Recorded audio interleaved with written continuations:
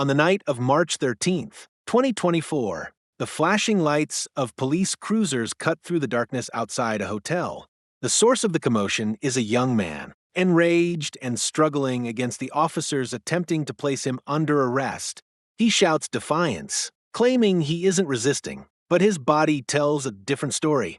This explosive confrontation is the culmination of a family trip that spiraled into a nightmare, ending a vacation meant for making happy memories with the harsh reality of handcuffs and domestic violence charges. While the suspect was being subdued and placed into the back of a squad car, another officer began speaking with his mother, the woman who made the frantic 911 call. She stood by a police vehicle, her expression a mixture of exhaustion, fear, and profound sadness. The officer, trying to de-escalate the situation, calmly asked her to take deep breaths. It was clear she was in the middle of a severe panic attack, overwhelmed by the events that had just unfolded.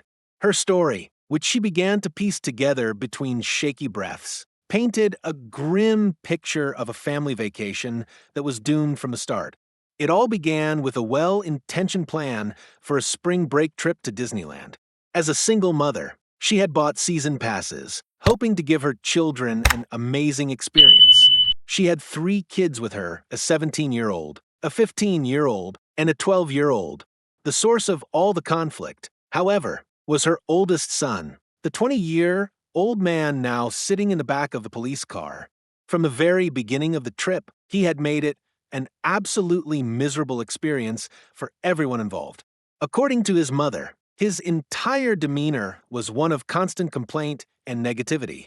She recounted how he did nothing but bitch and complain, his words growing more venomous as the days went on. He told her repeatedly that he hoped she would die, even going so far as to wish she would get into a fatal car crash. This relentless stream of verbal abuse wore her down, turning what should have been a joyous time into a grueling test of her emotional endurance. The weight of his hostility, combined with the responsibility of caring for her other children, pushed her to her breaking point. The journey home became the final, disastrous chapter of their trip. The mother revealed that she had been in a very serious car accident just a few months prior, an event that left her with lasting trauma. She had thought she would be able to handle the drive back, but as they traveled, the stress and anxiety became overwhelming. She started to have a severe panic attack behind the wheel, making it impossible for her to continue driving safely. She had no choice but to pull the car over. Her decision to stop was met with more anger from her oldest son. He refused to understand her condition and was determined to keep going, creating a dangerous and tense situation inside the vehicle. She eventually had to get out of the car, forcing the issue. They ended up at a hotel in a town she didn't even recognize, completely stranded. She tried to book a room, but her credit card was declined. The situation was devolving rapidly, and her sense of helplessness grew with each passing minute. I get in the car and I tell him that this trip has been absolutely fucking miserable because of him, and he's like, fuck you, bitch, and goes like this. Well, my son has had enough. On your face? Yeah, like right here. Okay. My son has had enough, so he turned around and said, don't fucking touch my mom, and so they started fighting, and I can't take it anymore. Inside the car, with tensions at an all-time high, she finally confronted him. She told him that the entire trip had been an absolute misery because of his behavior. His response was immediate and aggressive. He swore at her and lunged forward, making a motion as if to headbutt her in the face. At that moment, her other son, seeing his mother being threatened, jumped to her defense. He told his older brother not to touch their mom, and a physical fight erupted between the 2 siblings in the confined space of the car. For the mother, this was the last straw. Her nerves were completely shot. She described the terror of seeing her sons fighting, with her youngest 12-year-old caught in the middle. She was terrified he would get hit in the crossfire. She couldn't take it anymore, feeling she had no other option to ensure the safety of her children and herself. She made the decision to call the police. She explained to the officer that her younger son was only trying to protect her.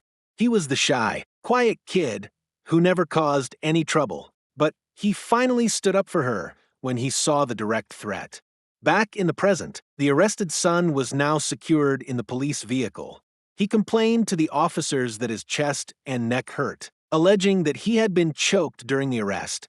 He repeatedly insisted that he had done nothing wrong and was not resisting, claiming he was simply putting his bag in the car when an officer grabbed him without warning.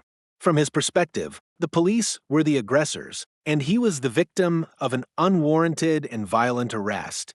He demanded to know the officer's badge number, his voice thick with indignation. The officers attempted to explain the situation to him. They were called to the scene for a family fight and could not allow someone to reach into a car during a volatile situation, as they had no idea if he was reaching for a weapon. When they grabbed him, he immediately began to pull away, yell, and curse, which constituted resisting arrest. The young man was incredulous, arguing that he had never been grabbed like that before and didn't know how to react. Meanwhile, the other officer continued his conversation with the mother, explaining the legal procedures that would follow. Because the incident involved family members living together, it was classified as a domestic battery case. This meant her son would be held without bond until he could see a judge the next morning. The officer carefully detailed the implications of a no-contact order, which the judge would likely put in place. This order would legally forbid her son from coming within a certain distance of her or communicating with her in any way, even through a third party. The mother listened, the weight of the situation settling upon her. She expressed concern about her son's medication, but the officer reassured her that the jail has nurses on staff. However, they couldn't administer any medication that wasn't properly labeled with his name. She then worried about how she would know when he was released if there was a no-contact order in place.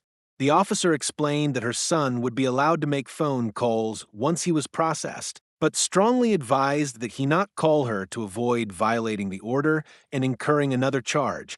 The legal explanation continued, covering the court proceedings, the role of a public defender, and the jurisdictional issues, as the incident occurred in a different county from their home. The officer stressed the importance of following the legal process correctly to avoid further complications. The mother, now a victim in a domestic violence case against her own son, was left to process this new reality.